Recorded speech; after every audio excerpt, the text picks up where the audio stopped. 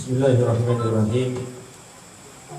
Jadi pada malam ni kita bersyukur pada Allah Subhanahu Wa Taala kerana kita hari ini dapat berkumpul bersama dengan Al-Fadhil Ustazuna Ustaz Hanafiah bin Abdul Malik. Jadi Ustaz Hanafiah bin Abdul Malik ni sebenarnya tak perlu kita memperkenalkan, kerana kita memang makruf sentiasa melihat beliau di kaca TV, kita melihat beliau di rancangan dalam radio, IKIM dan sebagainya, yang sentiasa memberi kita input-input yang menarik. Kalau tak pun kita akan mendapat input yang menarik itu dalam Facebook beliau, yang sentiasa memberi maklumat-maklumat tentang kesihatan. Jadi siapa yang ada nak dapat dia punya tip-tip kesihatan yang baik, hendaklah jadi follower kepada Facebook Ustaz. Kerana Ustaz sentiasa memberi kita maklumat yang terbaik.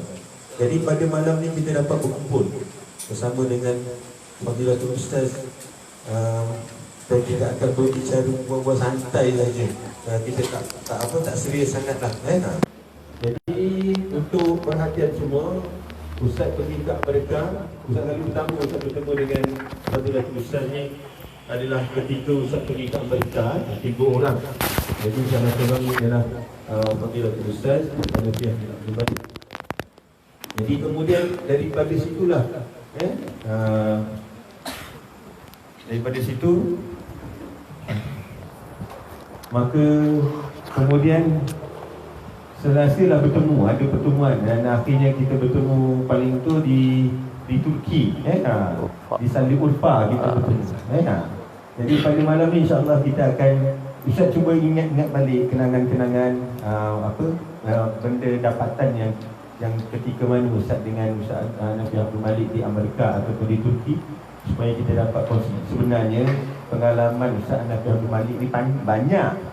Kalau yang tidak bersama Ustaz tu banyak sungguh. Tapi yang Ustaz nak tahunya ialah, yang kita nak kongsi sama-sama ialah pengalaman Ustaz dan pengalaman Ustaz Nabi Abdul Malik ni. Jadi Ustaz kita santai-santai sajalah dengar nasihat-nasihat daripada Ustaz atau cerita-cerita yang menarik ketika di sana. Baik, yang pertama sekali, bila sampai sana, Ustaz dah tahu sebenarnya sebelum daripada tu Ustaz Hanafiah telah diuji oleh Allah Subhanahu Wa Taala dengan ujian kanser. Jadi kali ni boleh tak ceritakan tentang ujian? Sebab Ustaz dengar memang hebat ujian tersebut ketika mana Ustaz Hanafiah Abdul Malik memberi khutbahnya dalam bahasa Inggeris di Amerika Syarikat. Dia cerita tentang kanser. Jadi mungkin kita dapat cerita daripada mulut beliau sendiri tentang pengalaman dan ujiannya yang diuji oleh Allah dengan kanser. InsyaAllah. Okay. Assalamualaikum warahmatullahi wabarakatuh. Waalaikumsalam warahmatullahi wabarakatuh. Alhamdulillah Ustaz selamat sampai ke bumi Johor, bumi yang Ustaz cintai. Nak pula jumpa Syekh Syahrul. Alhamdulillah, dia adalah ketua rombongan dakwah kami di bumi United States of America. Dan Alhamdulillah banyak Ustaz belajar sepanjang 2 minggu kat sana daripada Ustaz. Dan Alhamdulillah malam ni dapat ambil barakah tuan-tuan guru, para ustaz, alim ulama yang hadir dalam majlis pada malam ni. Pandai tidak, bijak pun bukan, cuma sedikit boleh Ustaz kongsikan. Mudah-mudahan kita dapat amalkan. Tuan-tuan dan puan-puan, muslimin dan muslimat, adik-adik yang Ustaz kasihi, Ustaz disahkan kanser pada 31 Januari 2017. Dan ketika itu darah dalam badan Ustaz terlalu banyak keluar melalui buang air besar.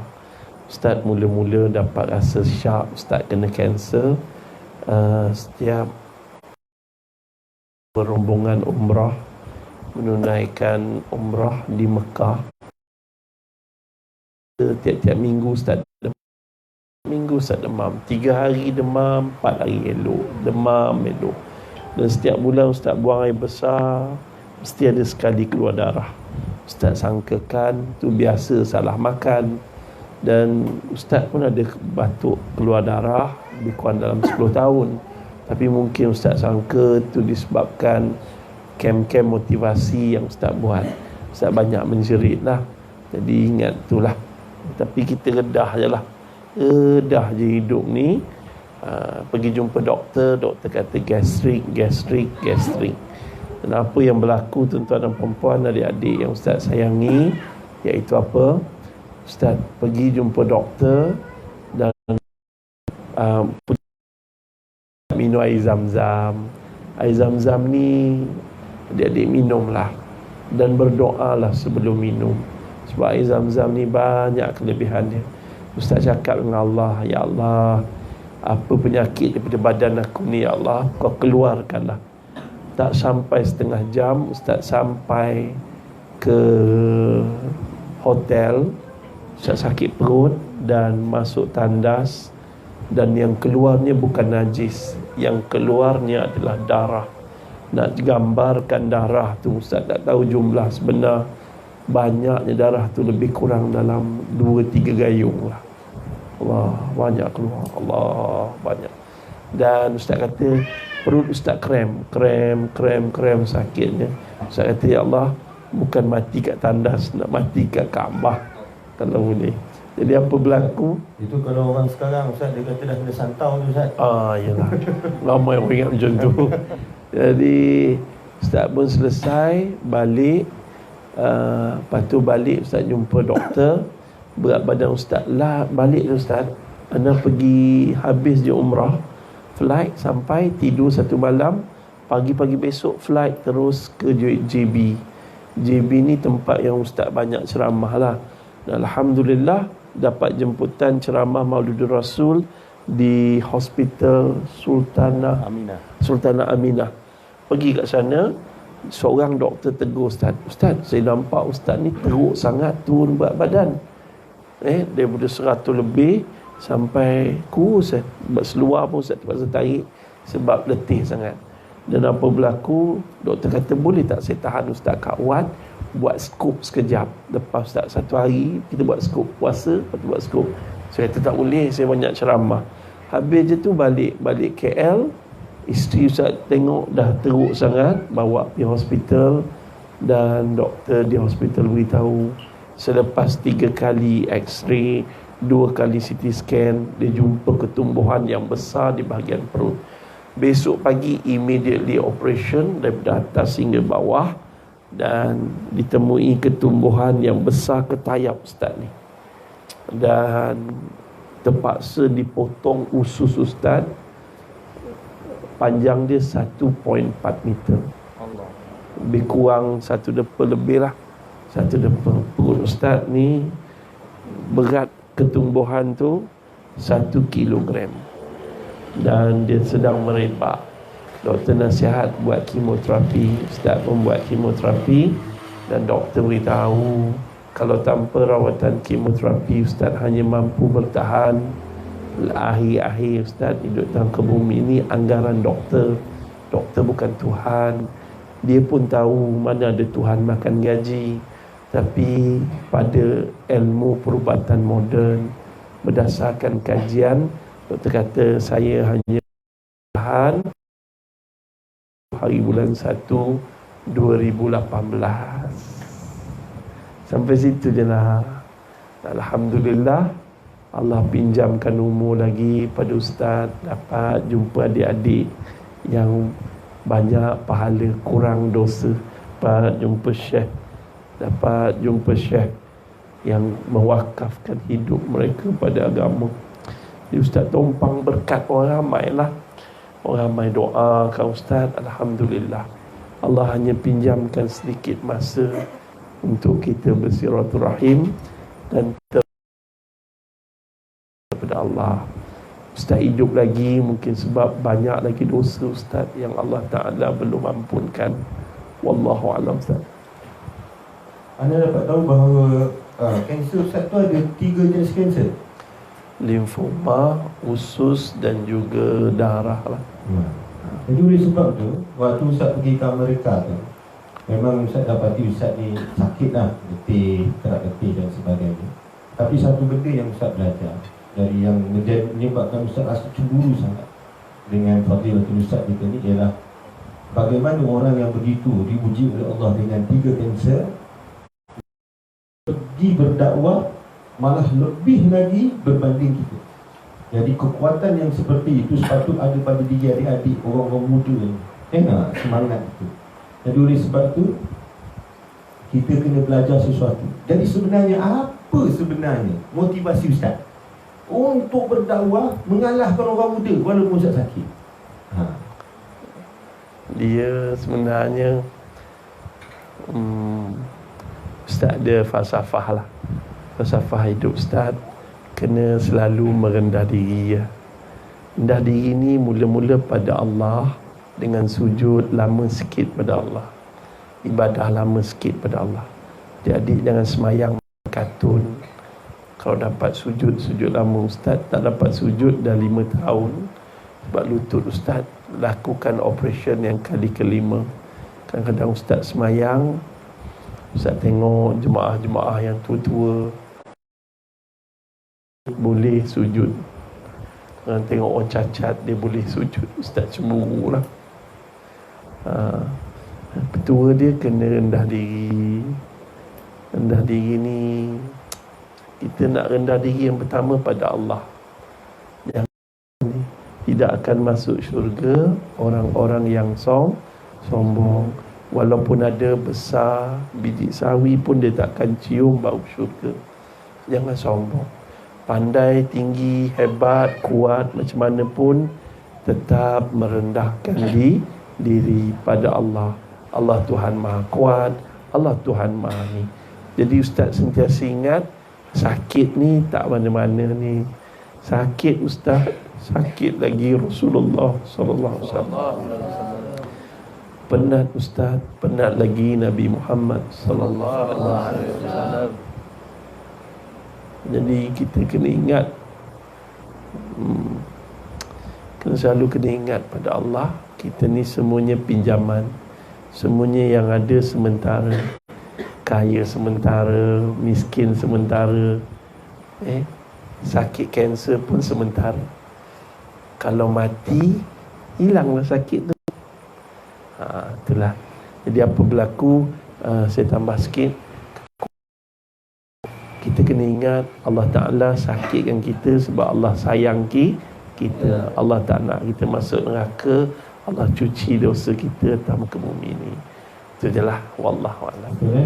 Tanda kasih sayang itulah menyebabkan kita memilih untuk menjadi seorang yang tabah kerana kita cinta. Cinta itu boleh mengubah daripada syaitan menjadi seorang bidadari, daripada racun itu menjadi anggur.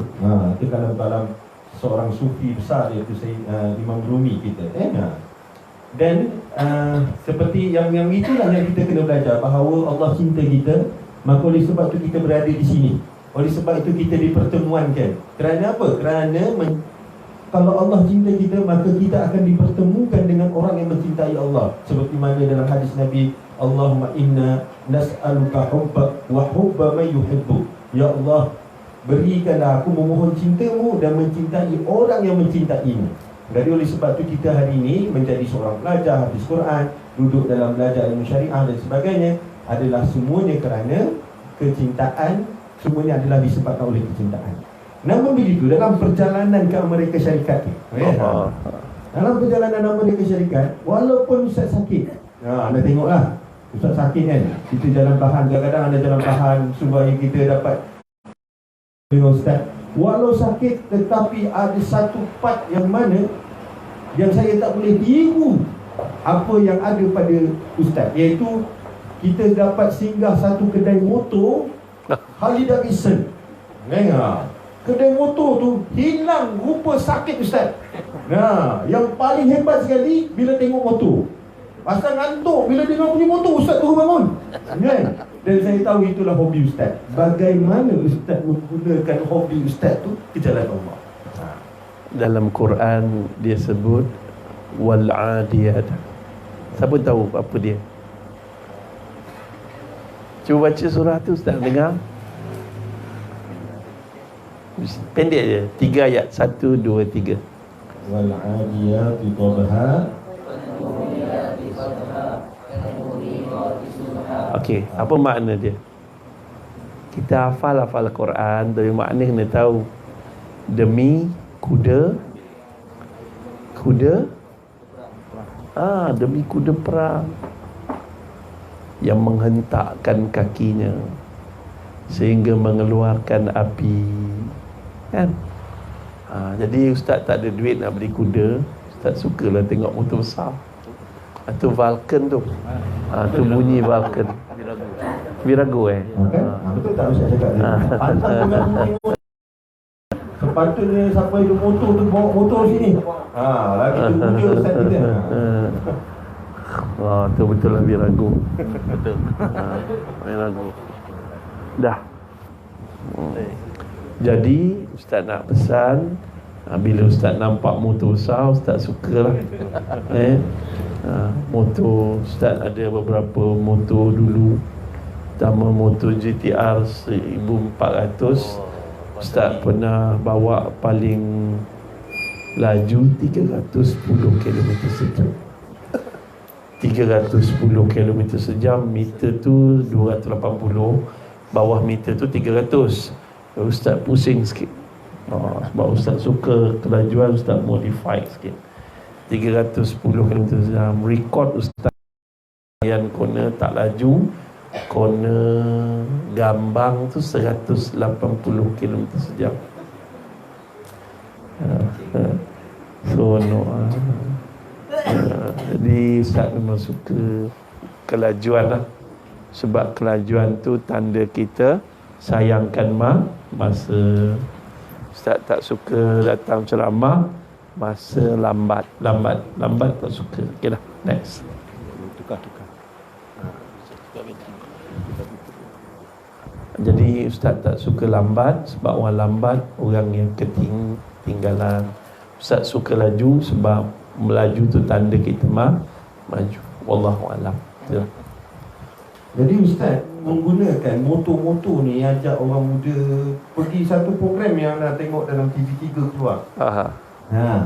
Jom cuci masjid. Dengan naik motor punya banyak ni, kan?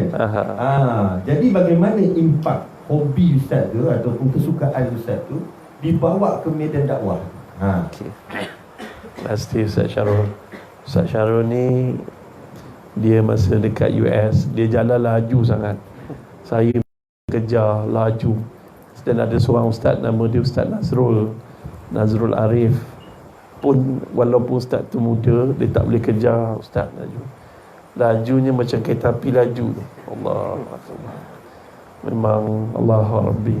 Tak tahu mana tenaga dia ada, tak tahu lah. Orang muda pun tak boleh kejar. Cuma kalau nak cerita bawa motor besar, kita niat apa saja kita buat kerana Allah dan nak gembirakan Allah. Wa ma khalaqtul jinna wal insa illa liya'budun. Tidak aku jadikan jin dan manusia melainkan untuk ibadah. Imam Hasan Al-Basri kata ibadah tu sesuatu yang tidak melanggar syariat, disuruh syariat, tetapi tujuan dia untuk gembirakan Allah. Kita masak untuk suami kerana Allah, nak gembirakan Allah. Tu buat. Belajar kat sini kerana Allah, untuk gembirakan Allah. Ada orang belajar tak lama, letih, lesu sebab dia belajar untuk gembirakan mak dan ayah dia. Tak salah, tetapi nak dapat full momentum, tenaga dan motivasi, tak lain tak bukan untuk gembirakan Allah. Adakah Allah gembira kita duduk dalam majlis ni? InsyaAllah. Tapi Allah tahu ada yang duduk dalam majlis ni mungkin hati dia tak ikhlas, dia dah tak larat, penat sangat ke apa ke. Okey, nombor 2. Kenapa Ustaz bawa program geng-geng motor besar ni daripada Y suku, 3 suku sampailah bersuku-suku ni? Yang ni Ustaz cakap tujuan dia paling tidak pada hari tersebut mereka tidak melakukan maksiat. Paling tidaklah hidup mereka ada sekali solat sunat duha dan zuhur berjemaah. Paling tidak dalam hidup mereka, mereka dapat bersedekah di masjid dan surau. Paling tidak dalam hidup mereka, mereka tersentak bila melihat kubur-kubur yang mereka kita suruh bersihkan. Paling tidak mereka melakukan kebaikan pada hal tersebut. Mudah-mudahan Allah gembira. Nombor 2 yang Ustaz nak, mereka ni terus rapat dengan Ustaz. Tujuan kita nak berdakwah. Ingat, kita berdakwah bukan untuk mengubah manusia. Kita berdakwah untuk gembirakan Allah. Kerana apa? Ustaz banyak berdakwah pada golongan LGBT ramai. Mereka berubah, lepas tu berubah, berhijrah. Tak lama lepas tu dia berubah balik, ikut kehidupan lama dia. Orang tanya, Ustaz tak penat ke? Ustaz senyum je. Tak. Ustaz tak sedih ke dia orang berubah balik pada tabiat asal mereka? Tak. Sebab Ustaz berdakwah bukan untuk mengubah manusia, tapi untuk gembirakan Allah. Ingat ayat Al-Quran, kuntum khaira ummati ukhrijat linnas ta'muruna bil ma'ruf wa tanhauna 'anil munkar wa tu'minuna billah. Kena ingat, kita baca Quran, faham makna Quran, insya-Allah kita akan lebih faham hidup ni untuk apa. Kita hidup untuk apa? Untuk suka-suka? Tak. Naik motor untuk suka-suka? Tak. Tapi bila kita nak sukakan Allah dengan menaiki motor, Allah sukakan kita, Allah gembirakan kita. Wallahu a'lam. Terima kasih Ustaz. Jadi itu satu penjelasan yang baik ya. Penjelasan yang baik ya. Jadi sebenarnya Ustaz tanya soalan begitu supaya kita faham bahawa setiap orang manusia itu berbeza-beza. Yang pentingnya ialah kita membawa apa yang kita suka kepada Allah Subhanahu Wa Taala. Ada yang suka menjahit, maka jadikan jahitan itu boleh bawa pada Allah. Ada suka yang mancing, jadikan memancing itu perkara yang menyebabkan Allah suka kita. Jadi kita ada macam-macam yang kita suka. Yang belajar Quran ni bukan semuanya perkara dia sama, tak, dia beza-beza. Tetapi asasnya Quran. Jadi ada orang yang akan menggunakan Quran tetapi dengan cara yang berbeza, wasilah yang berbeza. Mungkin dengan memancing, mungkin dengan melukis, mungkin dengan akhir sekali naik motor jadilah. Baik, satu lagi Ustaz. Waktu dekat Amerika Syarikat, kami bertiga, tiba-tiba wakil daripada umat Islam tu, ada seorang syekh kat situ tu, orang Palestin. Waktu kami dekat Greensboro, kawasan kampung tau, nama pun Greens, masa dia hijau, kawasan kampung hijau lah. Tiba-tiba tu pada hari tu, hari Jumaat, kita tak adalah fikirkan kita ni akan naik jadi khatib, kan? Kita ni dengar, kita nak dengar, nak tengok suasana bagaimana umat Islam dekat situ. Sekali tiba-tiba dia suruh pula salah seorang jadi baca khutbah, jadi khatib, tanpa teks, tanpa apa, dalam bahasa Inggeris. Dia minta pula 2 kali berarti. Dan satu tu minta sampai 40 minit saya. Kalau 5 minit bolehlah Hana cakap dalam bahasa Inggeris. Gitulah kan. Tapi kali dia minta 40 minit tepat pula tu. Jadi kami yang muda-muda ni, kita bagi orang tua. Kita bagi orang yang lebih tua lah, lebih matang, lebih apa, bahasa Inggeris yang fasih kan daripada kami ni. Maka naiklah Ustaz. Ustaz naik pada tu 2 kali 40 minit, kemudian setengah jam bercerita atau memberi khutbah dalam bahasa Inggeris. Datang daripada mana keberanian yang seperti itu? Macam mana Ustaz boleh jadi seorang berani, dan bagaimana untuk kita ni jadi seorang yang pemberani? Saya nak yakin ni budak-budak ni, kalau disuruh bercakap dengan orang, dia tak nak Ustaz. Sedangkan dia orang ni semua adalah orang yang akan membaca khutbah dan menjadi khatib. Jadi boleh tak Ustaz? Ceritakan macam mana Ustaz boleh jadi berani sampai begitu sekali. Kagum saya kat bawah tu. Dalam sebenarnya Ustaz Syahrul ni dia merendah diri.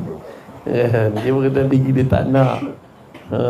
Dan Ustaz bila ingat Ustaz, nama ketua pemimpin Islam kat situ, dia orang Palestin, namanya Syekh Badi Ali. Orangnya warak tetapi moden dan hebat, banyak bantu orang dan menarik orang bukan Islam meluk Islam. Dia antara penyumbang terbesar menulis, menterjemah Al-Quran dalam bahasa Inggeris dan mencetakkannya dan diletakkan di tempat-tempat strategi, tempat makan, petropam, secara percuma, dan menyebab dia letakkan nombor telefon dia. Orang akan kontak dia balik ni. Masa tu kita di Greensboro, kita pergi ke satu daerah yang dipanggil ICT, Islamic Center Riyadh. Dan masa tu ana doa habis-habisan supaya Syekh ni yang naik. Tapi Syekh ni dia hilang mana. Kan? Jadi jadi tahu macam mana, tolak dari atas. Bila tolak dari atas, Ustaz membagi pada diri Ustaz tak ada apa-apa keistimewaan. Pada diri Ustaz, manusia yang paling bodoh adalah Ustaz. Ini pandangan Ustaz, kan? Dan kemudiannya Ustaz selalu cakap, pandai tidak, bijak pun bukan, cuma ada sedikit pengetahuan. Ustaz bukanlah ilmuwan, hanya sekadar da'i yang paling daif. Itu pada diri Ustaz, da'i yang paling daif. Ya Allah, Kau dah pilih aku naik pada Ustaz, Allah yang pilih naik baca kutubah. Tolonglah aku ya Allah, bimbinglah perkataanku agar masuk ke dalam jiwa-jiwa hamba-Mu. Bantulah aku, sesungguhnya aku lemah. Dan memang depan tu ramai jutawan-jutawan, ilmuwan, profesor, doktor ucap di Oxford satu kali, memang orang pandai-pandai. Kata mereka juga makhluk. Cuma makhluk-makhluk yang paling hina itu adalah aku. Bantulah aku ya Allah, sesungguhnya aku lemah. Itu yang Ustaz selalu cakap. Bila Ustaz berdiri, Ustaz pun bercakap, Alhamdulillah. Yang seronoknya ketubah hari itu Ustaz, apa Ustaz? Orang Kristian pun ada, orang Yahudi pun ada dengar ketubah pada hari tersebut. Itu adalah pengalaman yang indah. Islamic Center Greensboro. Tapi yang paling indah dengan Ustaz Syahrul suka makan. Makan dia champion. Alhamdulillah. Ustaz, saya ingat kenangan kita yang kita dah kebulu sangat nasi. Memang ingat. Ustaz ingat satu pinggan nasi berapa kena Ustaz? Hal tu dia $7. Nasi putih $7 US dollar. $7. Nasi putih saja. Duit ringgit Malaysia tu Masa tu RM4 lebih. Astaghfirullah. Belum lagi tips. Dia kalau makan kena bagi tips, naik taksi kena bagi tips. Tips dia berapa persen tak? 15%. 15% daripada ni. Customer service lain, tips kena bagi lagi. Masa itulah beruntungnya duduk kat Malaysia. Tiba-tiba siapa yang jemput kita Ustaz makan tengah hari? Imam Faizal. Ustaz cerita sikit kena masa tu. Imam Faizal dia ajak kami makan lah.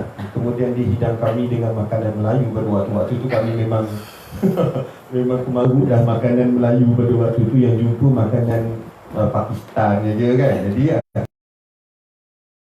saya ajak lah dia makan. masa tu disiapkan kari dan sebagainya. Tapi sebenarnya ini di Fadilatul Ustaz, itulah yang sedang diamalkan. Dia suruh kita untuk rendah diri pada waktu tu dah.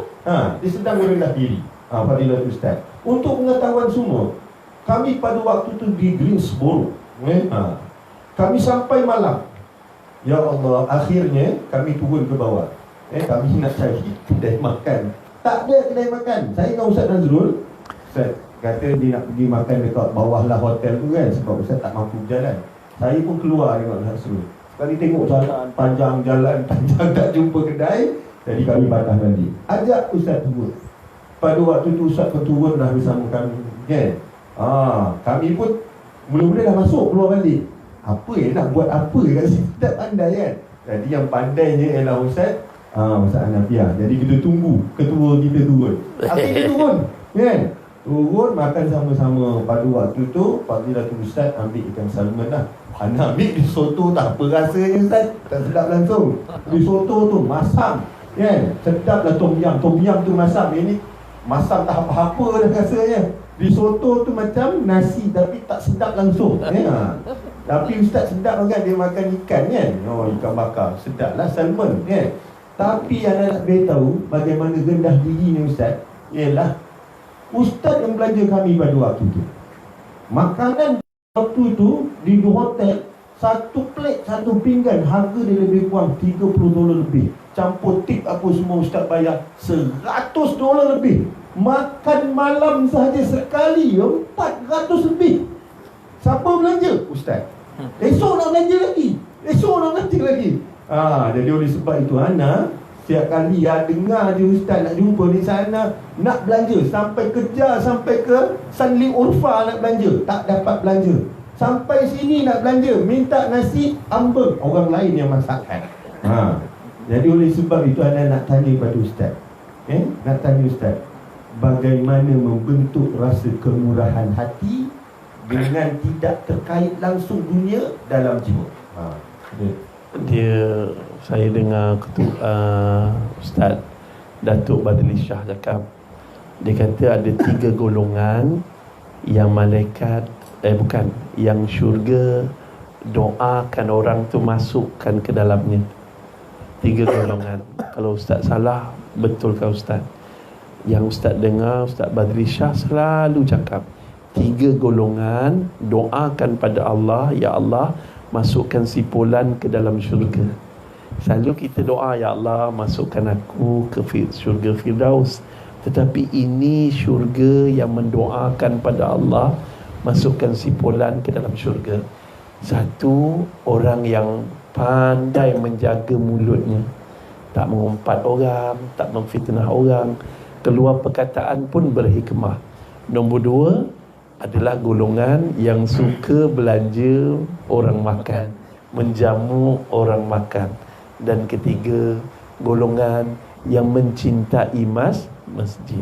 Wallahu alam. Kalau Ustaz salah, betulkanlah. Tapi Ustaz ingat tu, Ustaz kata biarlah belanja orang makan, jamu orang makan. Mudah-mudahan syurga doakan Ustaz masuk syurga.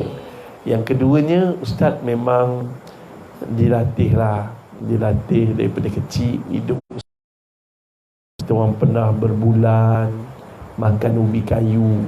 Ustaz duduk bukan di kawasan kampung, tetapi duduk di kawasan setinggan di Kuala Lumpur. Duduk di kampung paling tidak ada makanan, tapi di kawasan setinggan di Kuala Lumpur kos sara hidup tinggi ketika tu. Ustaz dengan adik-beradik Ustaz, kami hanya cubi makan ubi kayu. Biasalah Ustaz, orang susah kan, makan tu je lah. Nak ikan, pergi tangkap ikan sendiri. Pernah satu hari Ustaz bawa balik, mak Ustaz cakap, ini bukan ikan bilis, ini berudu. Mana boleh goreng. Saya ingat ikan bilis kecil-kecil je.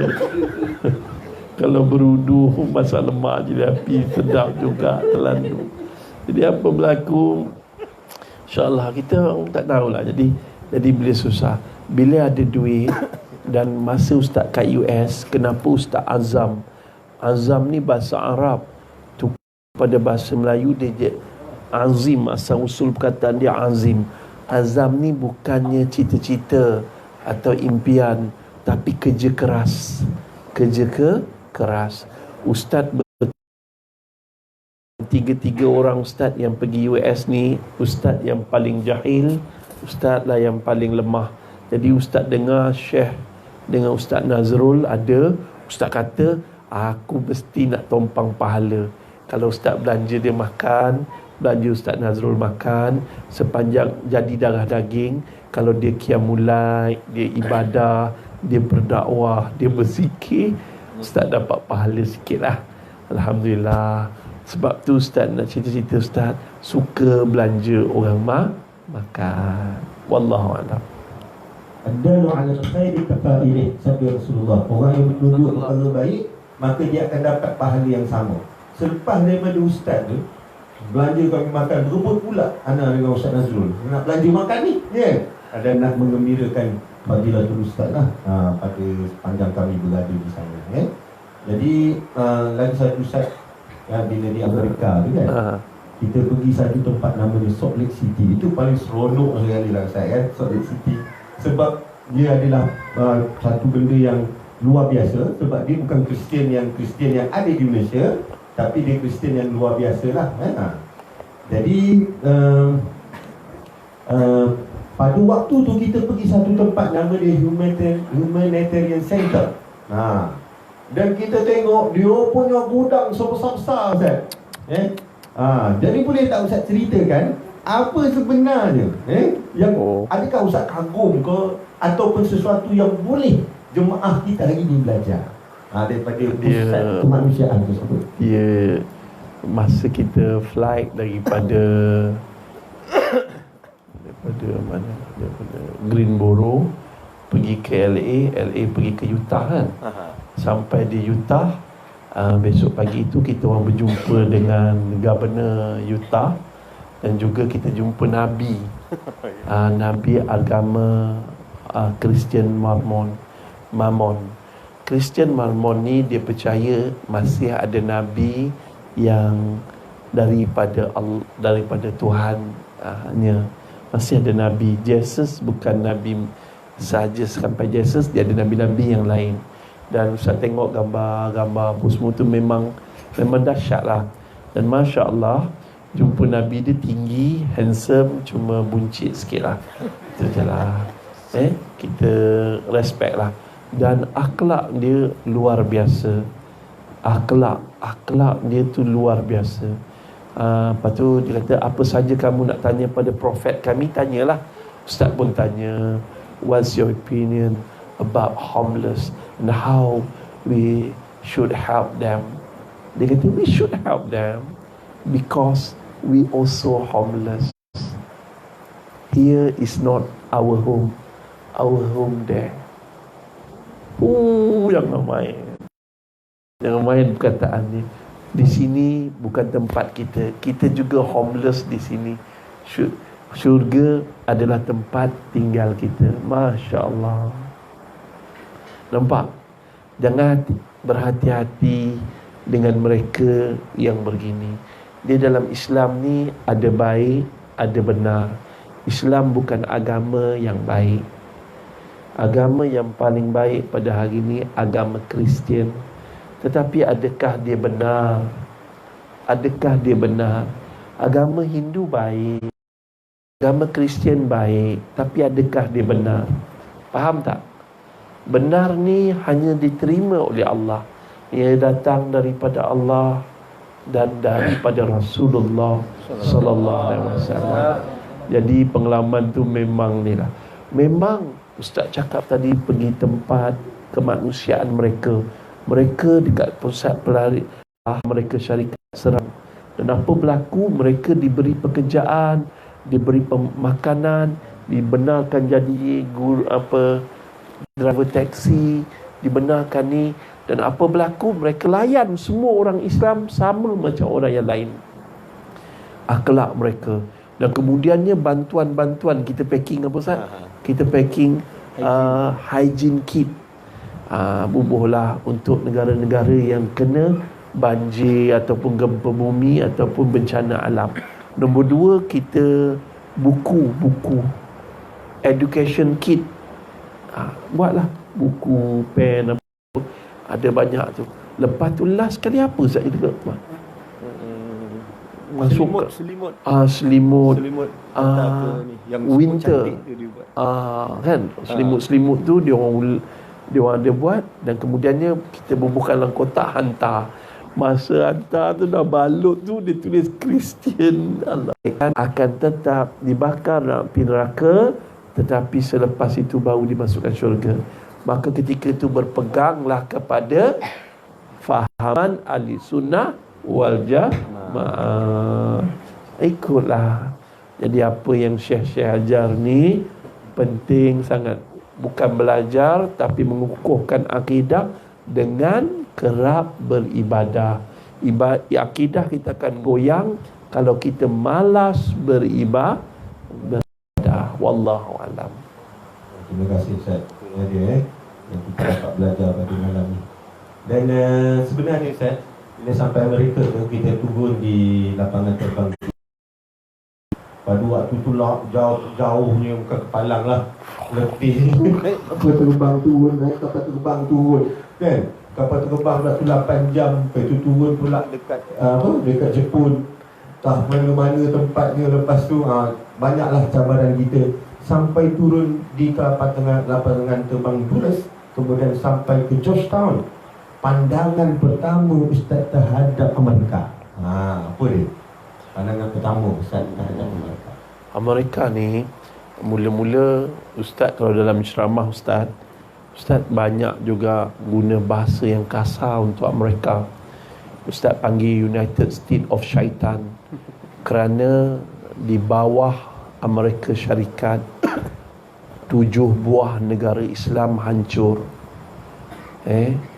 Baik daripada Ronald Reagan, Iraq, lepas tu pergi ke George Bush, Iraq lagi, Libya, Afghanistan, dan banyaklah negara-negara Islam hancur. Satu demi satu hancur. Iraq apa jadi pada hari ini? Padang jarak, padang terkukur. Jumlah umat Islam mati dibunuh oleh mereka lebih kurang 17 juta orang. Itu belum masuk Rohingya yang lain-lain. Tapi ini yang melibatkan mereka saja campur tangannya, kan? Jadi Ustaz marahlah bila Ustaz sampai ke sana. Satu demi satu persepsi Ustaz berubah. Di sini mereka tidak ada, mereka ni terbuka. Selagi manusia terbuka, kita boleh menyampaikan dakwah kita. Masya Allah. Dia ada satu tempat Ustaz nak share dekat Dallas tu, nama dia Adam. Adam ni apa dia? All Dallas area.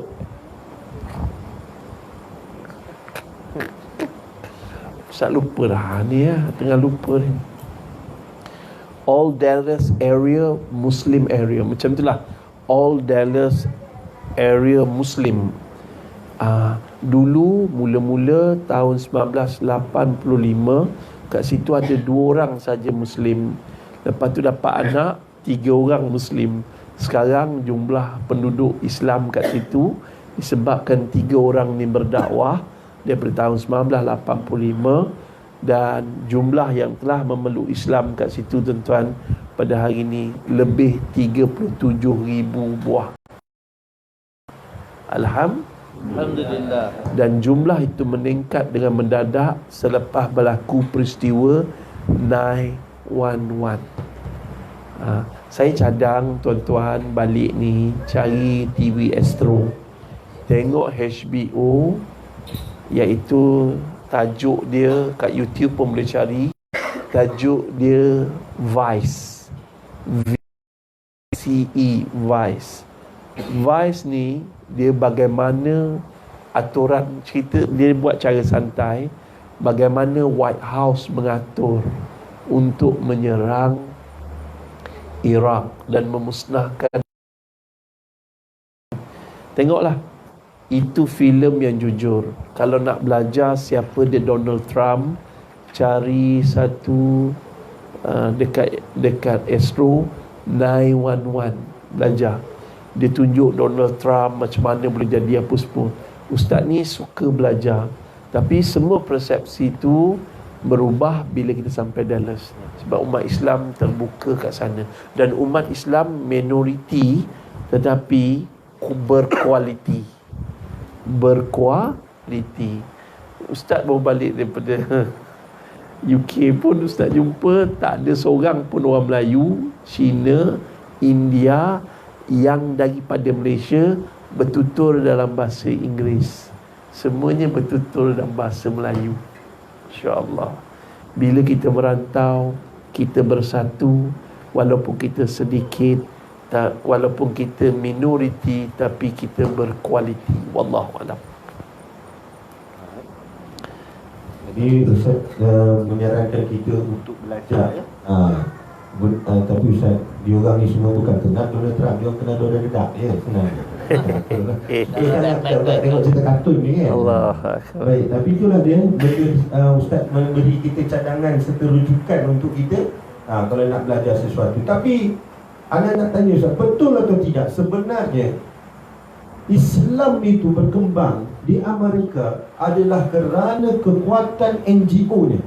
Adam tu adalah NGO, sehingga zakatnya diuruskan, sehingga madrasah diuruskan, sehingga di masjidnya itu ada tempat main apa? Main apa namanya tu? Basketball. Dan Ustaz Fadilatul Ustaz telah menunjukkan kehebatannya dengan membaling sekali saja, pop terus masuk ke dalam jaring tersebut.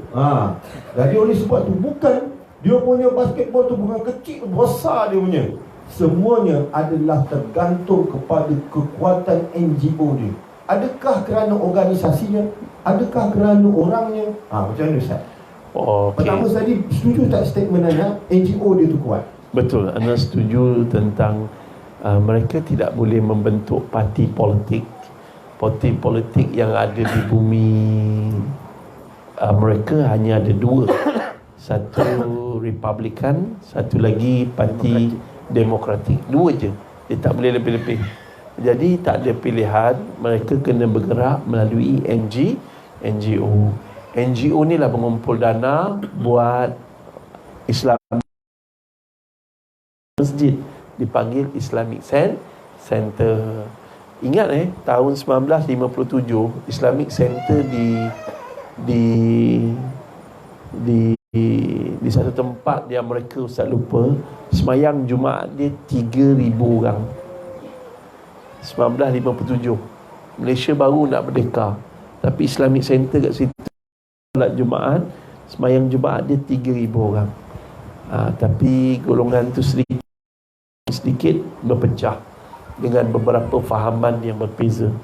Tapi Masya Allah tuan-tuan, Adams ni satu NGO yang luar biasa, yang menyebabkan ramai orang-orang bukan Islam jatuh cinta dengan Islam. Pertama, mereka kata kita educate people, and the second, selepas educate, iaitu dengan educate diorang ni jangan salah dengan majlis ilmu, bukan. Mereka educate people, orang bukan Islam, dengan apa? Dengan akhlak. Mereka tunjuk Islam ni bukan agama miskin. Mereka berniaga buat supermarket. Daripada hasil supermarket tu, mereka dapat beli bas. Mereka bagi transportation free kepada yang bukan Islam, pergi ke sekolah, balik sekolah. Kekuatan ekonomi ni penting. Orang Islam jangan sekadar sikit-sikit. Kita kena ada jihad ekonomi. Dan Alhamdulillah, dan kemudiannya Masya Allah banyak lagi dah cerita ni, tak boleh. Tapi betul, dengan ada kekuatan ekonomi, NGO mereka boleh berjalan dengan lancar. Masya Allah, tak sampai 10 tahun mereka dapat bukan menerima zakat daripada Saudi, tapi mereka mengeluarkan zakat daripada bumi mereka kepada negara-negara Islam yang kecil. Wallahu alam. Dan ingat, zakat ada untuk mu'alaf, dan itulah yang mereka gunakan untuk menarik orang-orang, kita panggil Uncle John ni, memeluk Islam. Ramai white people yang memeluk Islam. Wallahu alam. Untuk pengetahuan Ustaz ni, selepas Basketball tu Ustaz. basketball. Ustaz tak terror mana lah. Ustaz tak terror mana. Selalu baling dia masuk. Nak buat macam mana? Yang kita tunggu kan, satu masa nanti Ustaz akan buat slam dunk kat situ Slam dunk ni Ustaz suka basketball. Sebab basketball ni kenapa orang-orang yang main banyaknya orang bangsa Cina? Sebab kalau kita selalu dongak ke atas lebih beberapa saat, kerap dongak ke atas, dia akan menyebabkan hormon, ada sejenis hormon yang menyebabkan fokus tu tinggi. Faham Fokus tu tinggi. Sebab tu dia orang ni kalau tengok IQ dia orang tinggi sebab suka tengok sama ada memanjat, daki gunung tengok tinggi. Orang Islam sepatutnya fokusnya lebih tinggi dan lebih berjaya sebab kaedah kita berdoa. Kadang-kadang Nabi berdoa kat tangan macam mana Ustaz? Pandang ke atas. Hanya beberapa saat, 30 saat, 40 saat tengok. Janganlah tengok atas sekarang. Saya tak jam ke berapa kan nanti. Jadi saya itulah Allahualam. Sebenarnya betul. Nabi SAW mengajar kita, apabila kita bangun qiyamul lail pada waktu malam, kita disunatkan untuk keluar. Bukan tengok hantu, bukan cari hantu kan. Mana hantu aku boleh tak qiyamul lail kan. Aku nak baca ayat kursi ni kan. Tak, bukan gitu. Disuruh kita untuk memandang ke langit, memandang bulan. Datang izzah selain daripada rahsia yang Ustaz sebut tadi tu. Kecerdikan, kehebatan, kekuatan, jati diri. Kenapa orang Melayu kita ni tak ada jati diri sebab kita ni? Itulah dia. Asyik tidur je. Gitulah. Baik. Baru ni Ustaz, Fadilatul Ustaz, baru saja pergi ke London. Dakwah dia. Baru je balik daripada London ni. Panas lagi. Jadi apakah perbezaan Ustaz antara Amerika dengan London ni? Dua-dua ni sebenarnya suku sayang sama sebenarnya. Okey. Beza US dengan England, dia ada dua beza lah. Pertama, mereka ni antara pemegang kuat agama Kristian. England, dia ada dua pahaman agama Kristian. Dia lebih kuat daripada US. Satu Protestan, satu lagi Katolik yang ortodok. Ortodok ni agak ekstrim sikit, tapi Protestan ni kebanyakannya orang cerdik pandai yang dalam tu. Dan mereka agak terbuka. Mereka suka kita melakukan dialog secara ilmiah dan santai. Ustaz tak layak untuk cerita tu malam ni sebab Ustaz penat. Jadi secara ringkas dan mudah, dia orang lebih terbuka. Dan kemudiannya British, dia agak memandang bangsa Melayu ni, dia pandang low lah. Kalau macam di Amerika kita bercakap broken, kita main hentam kromo tu broken, then it's nothing. Dia pun boleh catchy kan. Kita dengar macam Bangla cakap bahasa Malaysia, dia boleh terima kita kan macam tu. Tapi British tak. British, pardon, sorry, what do you say? What do you say tu dia dah fed up. Kita pun terpaksa buat gaya Ustaz. Rasa nak tumbuh je muka Mak Saleh yang belagak. Rasa Allahualam. Baik. Jadi Ustaz sebenarnya dah beritahu dah, dia letih. Jadi kita tak boleh tanya panjang-panjang ni kan. Tapi memang betul lah, waktu kami di Georgetown University, kami berhadapan dengan intelektual yang cukup hebat lah. Kat situ Malah Imam Faisal sendiri telah beritahu, kat situ ada seorang muhaddis, orang putih sendiri yang pakar hadis. Sedangkan kita yang duduk kat sini pun hadis pun 40 tak habis-habis hafal kan. Jadi oleh sebab tu jadi kita memang dia orang, kita cakap kuasa orang putih masa tu depan dia orang, orang intelek ni yang tua-tua ni kan, pakai baju tu intelek, tak apa-apa jawapan kita. Dia dengar dengan baik. Tak ada pula dia memperlecehkan apa yang kita cakap. Itu kehebatan yang ada pada orang Amerika. Dia cukup kokoh. Soalan yang terakhir Ustaz, sebenarnya banyak lagi ni. Kita belum sampai ke Sanli Urfa. Kita baru di Amerika. Tapi disebabkan Ustaz kata Ustaz letih, inilah soalan yang terakhir. Dan itu adalah masa yang terakhir kita bersama ni, kejadian ini, iaitu ketika mana kita singgah transit sebentar pada waktu pagi daripada Salt Lake City, kita berhenti sekejap di Charlotte. Ingat tak? Pada waktu pagi 7.30 tiba menggeletar. Maka pergi makan. Ustaz telah termakan tut dalam roti Ustaz tu kan. Jadi sebenarnya soalan dia ialah, soalan dia tak ada kaitan pun nak beritahu. Sebagai orang Islam, sebagai pelajar, penuntut ilmu, iaitu bagaimanakah kesan makanan yang halal terhadap diri? Itu memang celaka. Itu memang celaka. Kalau macam ni Ustaz boleh tanya lagi soalan, saya dah naik darah. Okey dah. Dia macam ni, yang tu memang celaka. Kita order menu nombor 13. Menu nombor 13 saya order, tapi dia bagi menu yang lain. Dan bukan saya yang ambil, Ustaz Nazrul yang ambil.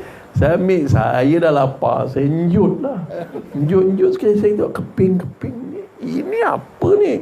So saya terus tanya, Nazrul, kau ambil apa benda ni? Oh, saya cepat marah. Cancer dia cepat marah sikit. Ini aku tengok semacam macam ni. Padahal dah makan setengah. Oh, memang menyirap lah. Hari tu langsung tak ada mood. Saya rasa nak angkat kepala kapal terbang tu, hempas ni macam tu. Tapi tak tahu lah, betul-betul saya marah lah hari tu. Tak, kadang-kadang hati-hatilah. Kalau macam sana kita astaghfirullahalazim, kita nak buat macam mana, dah termakan kan, cara yang paling baik, keluarkan balik apa yang kita dah makan. Lepas tu cuba cari klorok, minum, keluarkan. Gurau Ustaz, gurau. Jadi jangan buat. Nak macam mana, dah termakan kan, dah tak boleh buat apa. So adik-adik kena tahu, dia tak tulis pig, dia tak tulis babi, dia tak ada logo halal, tak ada. Tapi kita kena ada ilmu untuk membezakan apa dia ham. Kat sini kita panggil hamburger kan, sana ada ham yang kita boleh makan. Ni Ustaz tu memang Ustaz bengang. Apa soalan tadi Ustaz? Iaitu bagaimana makanan yang halal Boleh. Makanan yang halal. Makanan yang halal ni dia jadi darah daging. Dia kalau haram ni dia menggelapkan hati. Maksiat pun menggelapkan hati. Dosa pun menggelapkan hati. Makanan yang halal dari sumber yang halal dan sedikit, kena kan? Dan sedikit dia boleh menyebabkan kita punya hati rapat pada Allah. Sikit, makan sikit. Padahal kita memang nak belasah satu dulang kan, nasi ambeng tu nak belasah. Kalau sedap, dia kalau satu benda yang sedap tu dipanggil merecik hawau kan. Tadi Ustaz makan tadi, merecik hawau nasi ambang ni, macam tu. Tapi sedap sangat. Tapi kita makan sikit supaya kita ada rasa lapar dan rasa bergantung pada Allah. Adik-adik pelajar jangan marah kalau lapar. Kalau lapar banyakkan minum air. Nombor dua, jangan makan benda yang haram. Benda yang haram, yang halal pun tak boleh makan banyak, yang haram lagi kalau boleh jangan makan. Nak macam nak tahu ni, hati-hati dek. Banyak benda yang haram, yang halal tapi tak elok. Contoh untuk adik-adik, kopi. Kopi tak boleh minum waktu malam hari, nak minum pagi hari. Lepas tu susu pekat manis, kalau boleh jangan banyak. Lepas gula-gula benda yang berkemam ni, jangan kemam selalu. Masuk majlis-majlis ilmu kemam gula-gula. Makan chewing gum, tu nama dia biadab. Ataupun kita kat mana-mana sikit-sikit kita gula-gula. Gula-gula ni, dia lidah kita ni ada diri rasa. Kalau kita makan benda manis, kita tak buat hafalan, dia akan membentuk personality kita. Bawah lidah terus ke jantung, atas lidah terus ke otak. Dia panggil radical sugar. Radical sugar dia akan membentuk personality, iaitu sensitif. Sensitif terbahagi pada dua. Pertama, dia silent ataupun violent. Jangan marah anak kita yang silent, pendiam tapi berdendam. Jangan marah anak kita yang violent, meradang, sikit-sikit meradang. Sebab you what you eat. You what you eat, and you what you don't eat. Kamu adalah apa yang kamu makan dan apa yang kamu tak makan. Wallahu a'lam. Benar. Terima kasih banyak. Jadi kita bagi sampai sini saja. Supaya Ustaz dapat. Tengoklah bagaimana perjuangan ni. Ketika mana Sikit. Hari ni, sebelum ni ada viral Ustaz cerita pasal merawat penyakit lumpuh dan stroke, bagaimana gunakan garam kasar 2 kilo, lada hitam 100 gram. Pijak garam kasar tu satu hari 5 minit, paling sikit lah. Kalau boleh lama lah, berjam-jam. Ramai dah sakit lumpuh dan stroke yang boleh berjalan kembali. Kalau mereka beribadah, Ustaz boleh tumpang pahala. Okay, nombor 2, kalau ada yang penyakit migrain ataupun IQ rendah, gunakan garam kasar 2 kilo, 1 kilo kacang hijau. Pijak, insya-Allah. Masa tengah sakit migrain tu tak payahlah makan Panadol, sakit kepala tu, pijak je. Pijak tu insya-Allah 5 minit hilang penyakit migrain tersebut. Nombor 3, disebabkan kita punya kekasih hati kita ni, ustaz mudir kita ni kena gaut. Gaut, ubat dia sunnah Rasulullah SAW adalah al-hijamah. Keraplah melakukan al-hijamah, berbekam. Yang kedua, cuka apple. Masa ustaz kat Oxford zaman dulu zaman muda-muda, ustaz gunakan cuka apple. Cuka apple ni kena minum sikit. Minum 2 sudu. Boleh? 2 sudu setiap kali makan. Ataupun tengah kita rembat udang ke Ustaz, belangkas ke apa ke. Haji Azlin pernah belanja saya belangkas. Tapi petua dia mantap. Belangkas mantap. Dia petua dia boleh minum dengan Coca-Cola. Sebab Coca-Cola dia menghapuskan semua zat dan langsung tak ada guna kita makan. Kalau karat tu kita guna Coca-Cola pun habis, zat habis, uric acid pun habis. Ramailah saya bawa kawan-kawan TV3 pergi jom heboh dekat Sandakan. Dia ni memang gout dia peringkat Formula 1. Dia baru cium bau kacang dah gout. Punya tahap macam tu lah. Bau je dia kena gout. Jadi saya kata, dia tengok saya makan ikan bakar kat pasar Sim tu, dia tengok gila ustaz.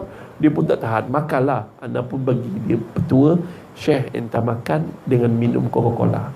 Dia minum Coca-Cola, lepas tu makan, besok tak kena gout. Alhamdulillah. Tapi paling bagus nak ganti Coca-Cola. Coca-Cola tak bagus sebab dia ada gula yang banyak.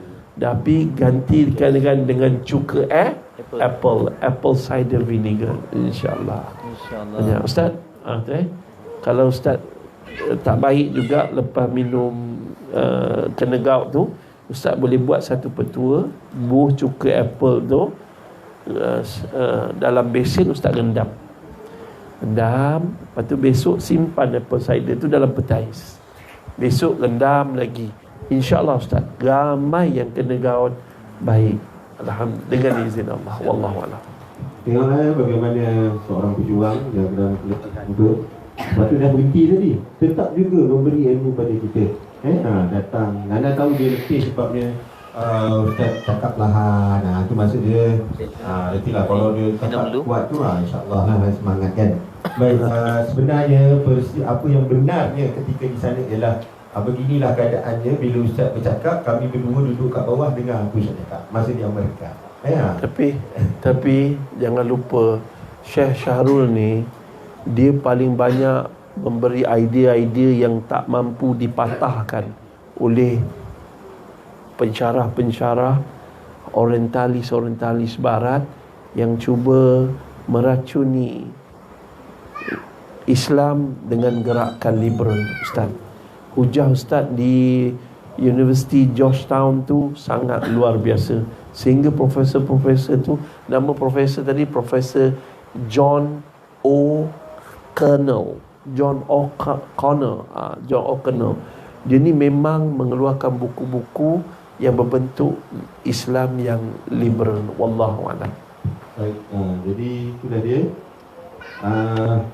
Dan Ustaz banyak membaca. Dia beri buku pada tu lah. Jadi memang hebatlah Ustaz, dia sempat membaca dan sebagainya. Walaupun jadi oleh sebab tu perkara yang baik ada pada diri Ustaz ni, kita kena tiru, iaitu kesungguhan untuk berdakwah. Untuk pengetahuan Ustaz sebelum habis, sejak balik daripada mereka ada tegang daripada diorang, akhirnya tertumbuh satu persatuan namanya Ustaz. Apa diorang buat Ustaz? Diorang ni kumpulkan baju terpakai macam yang berlaku di Amerika tu lah. Kemudian diorang basuh ni, basuh baju tersebut, kemudian digosoknya cantik-cantik, masuk dalam beg plastik, diasingkan, dan sekarang dah beratus-ratus kilo kita hantar pada orang-orang yang memerlukan Ustaz. Di Cambodia, di Sabah dan sebagainya. Yang buat tu yang apa? Yang dah pincin-pincin kat belakang ni. Itu yang tu dia punya pengurusi Husna tu, Haji Wahab tu kan. Itulah Haji Wahab tu yang pakai baju kelabu tu. Lepas tu Puan Ainun tu antara orang yang kuat di belakang tu lah. Lepas tu ada bendahari ramai lah tu dia kat belakang tu.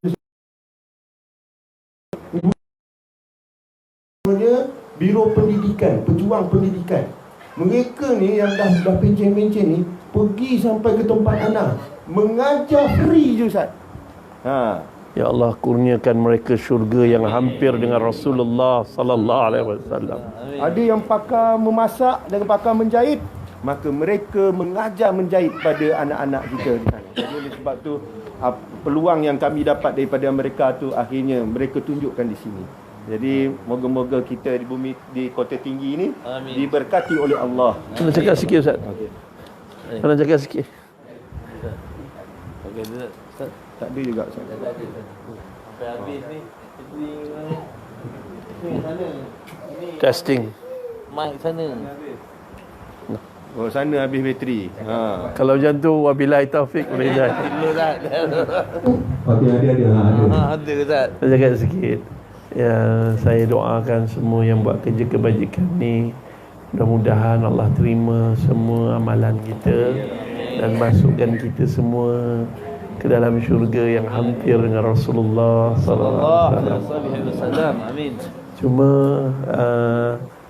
baju-baju yang cantik, kalau boleh jual lagi jual. Jual tu dia akan jadi ekonomi. Buat ingat baju bandel ni masalah dia pakai 2 tahun, lepas tu dia buang, dia jadikan baju bandel. Dia akan letak dekat mana-mana di Amerika, dia letak baju tu mana-mana. Lepas tu pusat NGO tersebut akan cuci, basuh, dan macam Ustaz cakap tadi, dan kemudian dia diklasifikasikan baju ni, dan dia orang jual, dapat duit lah. Dapat duit, dia tampung untuk aktiviti NGO yang lain. Kena itulah. Wallahu a'lam. Baik, sebelum kita menutup dengan doa, kita baca dulu qasidah, insya-Allah. Silakan dengan qasidah.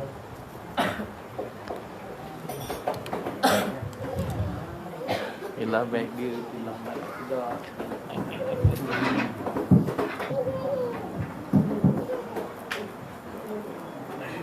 Tak baik kita tak. Ni baik kita ni. Kalau buat motor semua. Allahumma salli wa sallim wa barik alaihi wa ala alihi sallallahu alaihi wasallam. Alhamdulillah, lemah sikit. Man ana Steve Kristen. man ana laulaku Ada kawan bawah. kaifa ma hubbuku kaifa ma ahwaku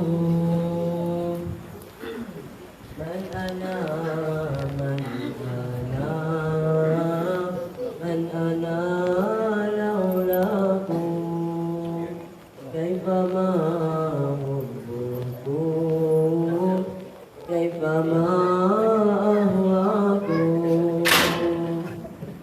man ana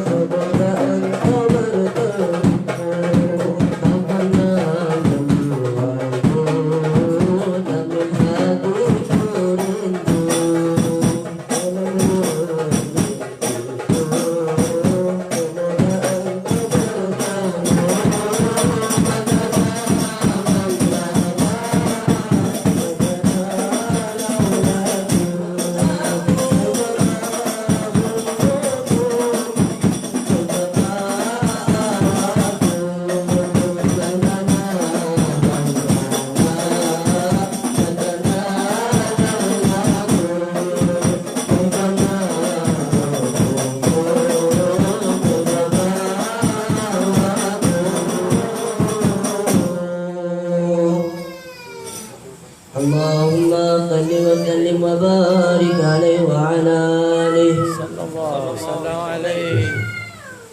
Jadi sebelum suruh Ustaz dari syukur untuk mengucapkan terima kasih kepada Syarif Ustaz Hanafiah Malik kerana sudi untuk ziarah dan sampai ke Pondok Kecil, insyaAllah.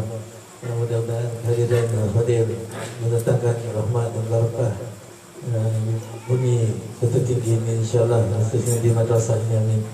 Dan sebelum itu saya nak umumkan pada hari esok Khalil Ustaz akan berada di Surau Taman Mahibah untuk kuliah Maghrib, insyaAllah. Kita beramai-ramai bersama ke sana, insyaAllah. Mudah-mudahan Allah memberi kita kekuatan untuk sentiasa dan majlis semua, insyaAllah. Dan sekali lagi terima kasih Ustaz kerana tempat ini, dan doakan juga kami Ustaz dan anak-anak santri ini. Tempat yang tinggi, tempatkanlah beliau di dalam syurga, Ya Arhamar Rahimin. Ya Allah, Ya Tuhan kami, jangan jadikanlah guru kami Ustaz Hanafiah dan melupakan kami ketika kami berada di dalam neraka-Mu. Ya Allah, panasnya neraka-Mu. Ya Allah, panasnya neraka-Mu. Ya Allah, panasnya neraka-Mu. Ya Allah, dengan keberkatan guru kami, ustaz kami, pada bala bencana dan juga azab api neraka-Mu, Ya Arhamar Rahimin.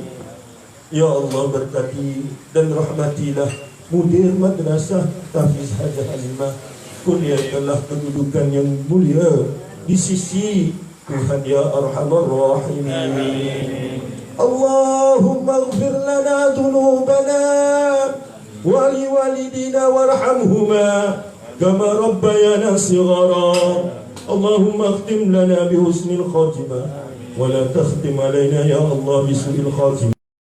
La tuzigh qulubana ba'da idh hadaytana wa hab lana min ladunka rahmah innaka antal wahhab. Wa sallallahu ala sayyidina Muhammadin wa ala alihi wa sahbihi wa sallam walhamdulillahi rabbil alamin.